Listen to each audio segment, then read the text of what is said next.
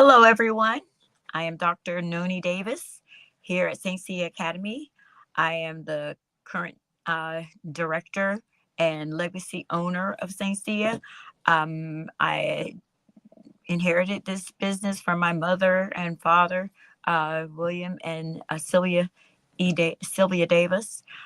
We have been operating since 1996, and so I'm here to share some of the things that I teach my students or things that I plan to incorporate in the academia for the year. So some of these things I've taught to my students. These are students ages 3 through high school, but mostly my older students. Just because I think it's very important for us to um, navigate a space of our own uh, history, our own science, our own governing structures, and how do we um, look at these things, examine these ideas and these concepts of our own spirituality, all of that. And how does that still relate to what we do now, how we practice these things now, and to also broaden the conversation about what Africans contributed to the world.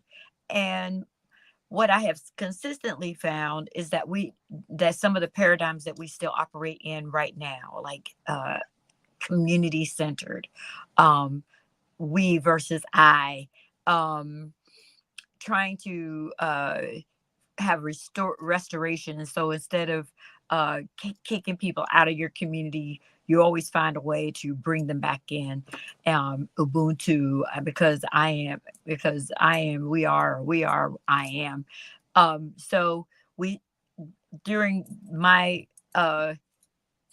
exploration process, my going down these rabbit holes, I keep finding information that to me would undergird African Americans and our understanding of who we are, but also broaden the conversation about what our people were doing on the continent. A lot of times we focus on ancient Egypt, like I said before, which is fine because we know that those were our people. All you have to do is look at a child doing their locks and the same hairstyle that we see with locks. We know that a lot of the Egyptians had hair like mine, and afros, and are all of these textures. But there's still this fight. But what you can't fight, okay, you want to fight about that? That's okay. We know we were there, but we don't have to fight over these ancient empires or ancient civilizations that were in uh, the sub-Saharan Africa, which I don't understand what that means, because sub-Saharan is just people who are below the, under the desert. But before the desert, before Sahara was the desert, it was a vibrant ecosystem that was similar to the savannah, and maybe in some areas like the rainforest. Well, with that said, I want us to today I want to discuss. I'm gonna give you all a little science lesson. Some people may already know, maybe not, but when people are conducting these archaeological digs and just making these discoveries, a lot of times we know that African people were on this planet. Uh, and I have a paper here with a map, 200,000 to BC to 350 BC. These were the empires that were on the continent of Africa before we came in contact with Europeans and Asians being the Arabs. However, how is it possible to actually determine the age of these archaeological digs and these findings and everything? So I'm gonna give you a quick lesson about atoms. All right. So most of us have, all human or living organisms have hydrogen, oxygen, uh, uh, nitrogen, carbon, and a couple of other elements in our body. And so we've all probably heard of carbon dioxide, all of those things. Okay. So carbon is in our bodies. And when they say, hey, we use carbon dating to figure out how old these artifacts were, what they're doing is they're measuring the amount of carbon that's left in the body. We know that, I mean, most people know that living organisms have an exchange with the air, right? So we breathe in oxygen, we release carbon dioxide in exchange to the plants. Plants take in the carbon dioxide, they convert it through photosynthesis to sugar, and then they release the oxygen, because oxygen for the plant is like waste. So when we are breathing in oxygen, we're actually breathing in the waste from a plant. We breathe in the oxygen, and then through our bloodstream carries the oxygen through our bodies, and then we expel through our lungs. Once the blood goes back into our heart cavity, goes back through our lungs, and we expel the carbon dioxide. And so all living organisms have carbon dioxide. Carbon dating is when they're measuring when the exchange of these gases is no longer occurring. And so that's how they're dating these artifacts. Um, Especially human remains, or animal remains, or something, or plant remains. They can measure that. So the carbon that they measure is carbon 14. Quick science lesson. An atom has protons and neutrons inside the nucleus, and then the outer shell, it has electrons. A carbon atom has 6 protons, 6 neutrons, and 6 electrons. But there's also this thing called isotopes. Isotopes are when you have more neutrons in the atom than you have protons. Carbon 14 has 8 electrons, eight neutrons, 6 protons inside the nucleus, and it has 6 electrons in the outer shell. All right. This also is the reason why carbon can bond a lot, because I don't know how many of you know this, but an atom has 2 electrons on its inner shell, and then it has an outer shell, and on that outer shell it has 4 electrons. But all atoms are seeking to balance themselves out with 8 electrons. And so carbon is able to mix with quite a few other elements in the periodic table, because it's always trying to balance its outer shell with 4 to get 4 electrons. Now, carbon dating measures how carbon decays based on a ratio of radioactivity on the carbon 14. Remember, living organisms exchange gases with the atmosphere internally, not dead things. So dead things can't do that. It's no longer alive, so there is no exchange. So radioactive carbon 14 decays based on how long the organic matter has not been interacting with atmospheric gases. And scientists have been able to use this to date 60,000-year-old objects. Okay, things that can date back that far. And I think for each half light, it equals one test will equal 5,730 years.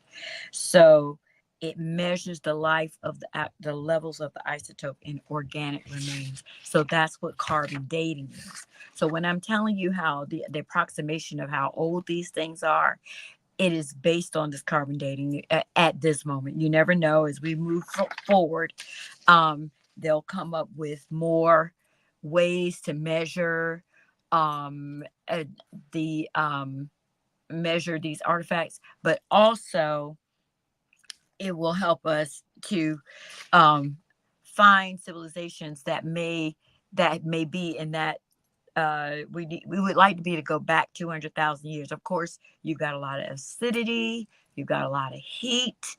and exposure to erosion. So that's one of the reasons why we're not able to, even though we know that Africans were living on this planet, as African people up to 200,000, 300,000 years ago, we still have not been able to identify some of those more ancient civilizations unless they're rock formations or cave dwellings with pictures and stuff still on it, and which is all inorganic matter. Remember, rocks are not alive. So, and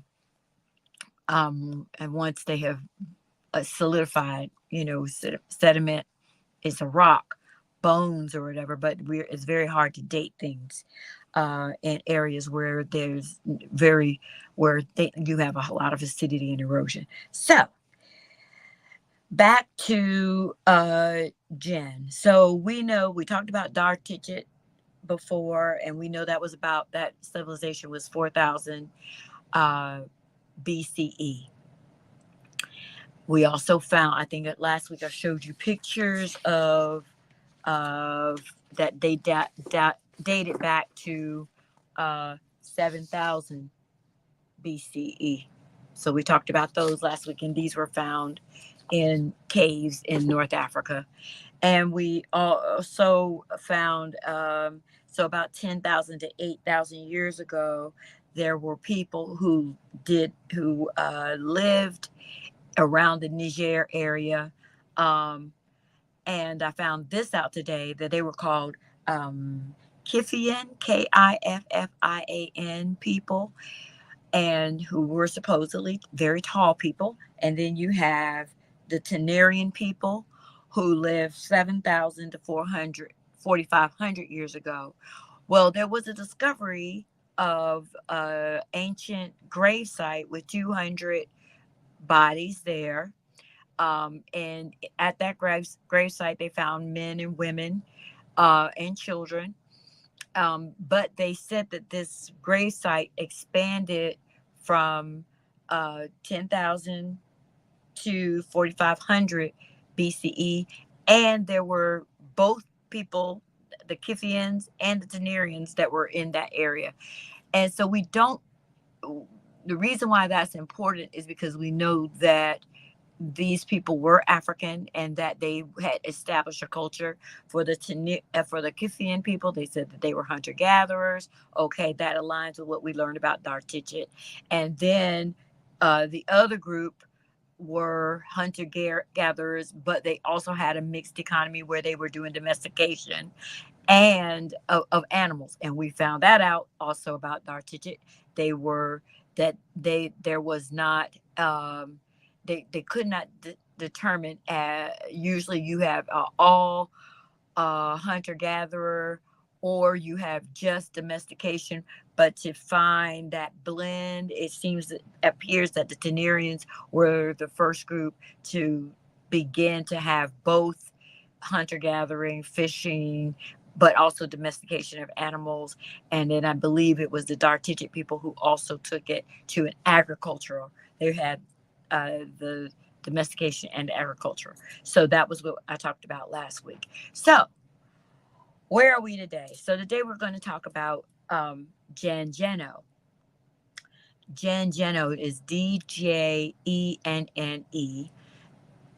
DJENO. Danjeno, and then also the Nox civilization. These empires or civilizations, I'd prefer to say civilizations, because I think Dartichet only had about 50,000 people at their highest point. They were 250 BC to 50 AD. 900 BC to 250 BC were the Mande people, the Sininke people. This will still be part of the Dartichet Empire. These people had Gengeno had mud brick architecture. I think that we underestimate the value of mud bricks. I think I've talked about that at one point, where we realized that technology defied heat. The use of mud allow the temperature in the house to maintain a consistent, like 75, 78 degrees. And at night, because the sun, it took so long for the sunlight to penetrate the mud brick. By the evening, it would be very cool, or warm inside the hut for cool nights, cool evenings. But during the day, it would be cool inside because of, because overnight you didn't have that sun generating. So it was a very ecological invention that our ancestors had with this mud architecture. And so it's cool to know that this is something that they had established at this point in Gengeno. They had, or dark Digit. Um, so they had also had terracotta statues. They were the oldest urbanized center found in West Sub-Saharan Africa, and like I said, they had between 300 and 900 AD. They had 50,000 people living in that area. Um, it was the it let's see, they also had the circular walls. And so whenever you see like the great wall of Zimbabwe, you see the great um, Benin wall. There were, um, this was definitely something indigenous to South Sahara. Even a lot of, the circular houses and everything. That was definitely a style of architecture that we still see. They were built on the highest ground to avoid flooding from the Niger. Erosion and looting compromises the settlement. They had ceremonial pots. Um, Gin is also at one point became one of the primary learning centers of, in addition to uh, um, Timbuktu. You had there's the Gao Jin area. They also had another university there, and so, and but people in this at this time still practice their indigenous spiritual systems, and they didn't become a Muslim empire or fully adopt Islam until the 13th century. I think 1100 to the 13th century. They also exported gold because this is still part of Wagadu. If you see here on the map, Jen is and Dar Tichet and Jen are also all part of this Wagadu ancient Mauritania Mali Empire area. And so they had significant gold. They also traded in ivory, and they did have slavery. And so they did transport slaves across that, that pathway from Ghana, I mean, Wagadu, all the way to ancient Egypt. They had, their own trade.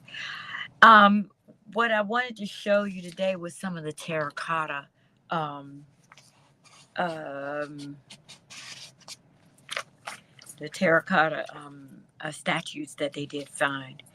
Um, so what happened to Gengeno? Why did it decline? They said the Amorivids from the invaded from in 1076, which is the group of people who would have brought Islam into that area. And so then you also see um, that was when you had this recruitment of Africans who also went eventually joined the Moors in colonizing Spain. So you have a lot of African culture going on. I mean, events happening. But the science that I wanted to talk about today, in addition to the carbon dating, is the process of making these awesome statues that were able to survive, these this terrain. And some of these are like really old, but these are Gen terracottas. So we said what did I say this framework was for 300, 900 AD. So for about 600 years, they had their they had their empire. So that's about 600-year old.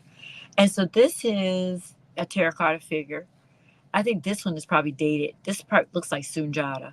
So this probably dates around the 1200s. But then I also have this one. This is a gem.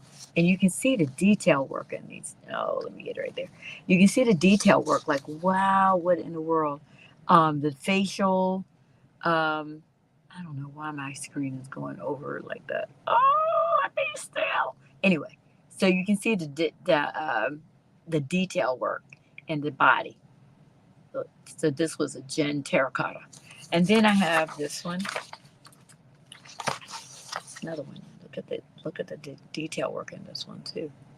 Um, it's amazing to me. It had the definition, the lines, the muscles, and you see, the knees. I'm like, wow, so much attention paid to the body, human body, and this is another one. An ancient gem from Mali, terracotta treasures. And where are they? In Boston. Why are they in Boston?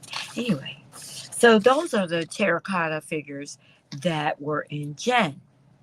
And so we don't know how old necessarily some of these. I think these are like 900, 300 AD is when they discovered these. Some of the, I mean, is what they carbon dated these to be. But what is interesting is that you also find terracotta um, uh, statuettes in the Knox civilization. So let's talk about the Knox. The Knox civilization was 1500 BCE to 300 CE. 500, they also have a 500 BCE to 200 CE date. Um, this Knox civilization was where we have modern Nigeria. And so let's see, I've got my map here. And this is Knox civilization here. And this is in the Horn, well, not the Horn of Africa, but it's in that, the, I'm trying to think, it's not the Gold Coast, but Benin, the corridor or something like that. I have to find out exactly what that is. But anyway, these people also had the ironworking. And so the Knox civilization is believed to be the one that spread iron or brought iron smelting to that particular area. However, iron smelting, which is very significant because this was all black people. This was not anybody else. This was Africans. Um, Africa has the oldest iron smelting tradition. And it was, they say 3000 BCE and to 2000 BCE in the Niger River area. Okay, along the Niger River. And so in that area. Now, they also had iron smelting in Rwanda and Burundi. They found iron smelting in Central African Republic. And around 900 BCE is when they said they found it in Carthage, Meroe, ancient Egypt, Kemet. So the Central Africans were the first ones. West Central Africa were the first, or well, if we haven't Rwanda and Burundi, but we know that it was sub-Saharan. I'll put it like that. So it was black people that came up with iron smelting. Most of us may not realize what it takes. I have, I don't think I can reach those rocks, but I have magnetite. Magnetite is a rock. The rock has to be melted. So imagine these ancestors at 300,000 BCE have figured out how to melt a rock. To melt a rock, I think you had to have an oven that could heat 3,500 degrees or something like that. And the average stove in a house only goes to what, 500, 600. But they created an oven, a furnace that had the capacity to melt a rock. Then after they melt the rock, they had to forge it. There's a whole science behind this that I introduce to my students. The ones who are like in the 8th grade level, I show them introduced them to an indigenous practice of smelting iron, so they could see the science of it. They have to gather a certain amount of clay. They could only use clay that was that had be oxidated by termites. So they used termite clay because it had already been the oxidation had happened as the termites had permeated the clay. And so they use that. They use something called thrush, which I guess is like um, um, hay, dried grass, and they created that oven, and they put a little hole at the top so that the oxygen could flow out and keep the heat flowing inside. They had to create these hollow like pipes so that the air could flow in. I mean, the design was awesome, and each African culture had their own uh, uh, design, but it achieved the same, outcome. Um, and so just imagine 3,000 BCE, 4,000 BCE. Okay, we're gonna stop at 3,000. 3,000 BCE is how old Black people, African people, were smelting iron, and the first iron smelting in Europe did not happen until 900 BC. And in Asia, it happened 1100 BCE. So we were like 1,000, maybe almost 2,000 years ahead of everybody else. But we did that, but we also invented this, mastered this terracotta. And so Knox civilization, what I want to show you here are pictures of the Knox. And so when you compare the Knox civilization, it's not the exact same. I want to put both of them up there. Knox. This is Knox, and this is Jen. And these Jen, like I told you, is like Mauritania, so they're not in the same area. And then this one is another example of Knox civilization art or terracotta art. That thing is there. The figures are amazing, and so you can see the intelligence. This particular craft, I have not studied it as much as I've studied the ironsmithing of Africans, because I've watched that video over and over again. But to create these figures from clay, it required a understanding of hardening process. I understand that they used layers, so they did not just take a heap of clay and start molding or shaping it. It was very precise. It was a very intense, well thought out process that our ancestors engaged in, and we have to just acknowledge that this is science. Most often we do not attribute the arts to a science, a scientific concept, but to find the right kind of clay means that you had to be able to distinguish between the different types of clay. And then you had to distinguish between which one would do what, for what particular purpose. And so the Nok people and the Geno people, those are our ancestors of African Americans. These are our people, and we need to see them in the same light that other people view their culture, their European culture, Asian culture, whatever. We have our own things that we can demonstrate, that demonstrate our intelligence, our understanding, our interaction with our environment, and that we must promote among our children, which is what the purpose of this whole unit is, and the purpose of this video is to make us proud to be Africans and to see what we accomplished as the first people on this planet. Ashe, Ashe-o.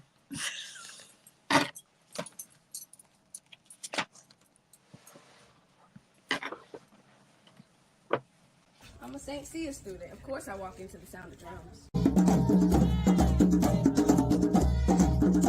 a St. Cia student. Of course I know my mother.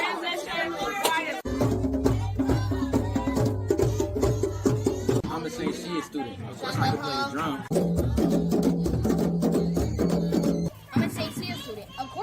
with my hands. I'm a St. Cia student.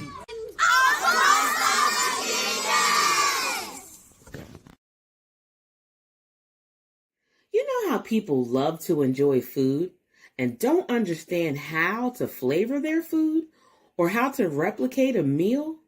They're interested in supplements but don't know where to begin? Well, what I do is I take the guesswork out of enjoying flavor and wellness with my flavorful spice blends so that they can create delicious meals with healing benefits.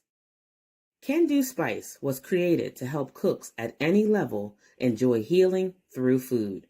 Every spice blend was designed to give added health benefits of natural herbs. Every blend is complete.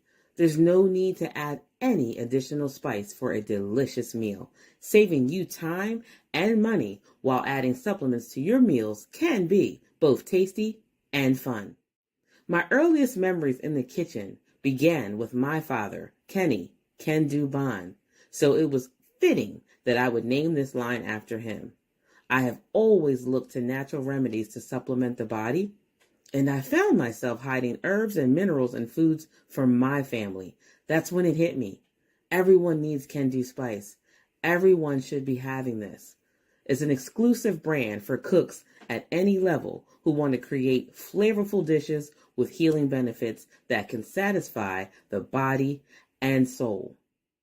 Add a little spice to your life. Give Can Do Spice a try.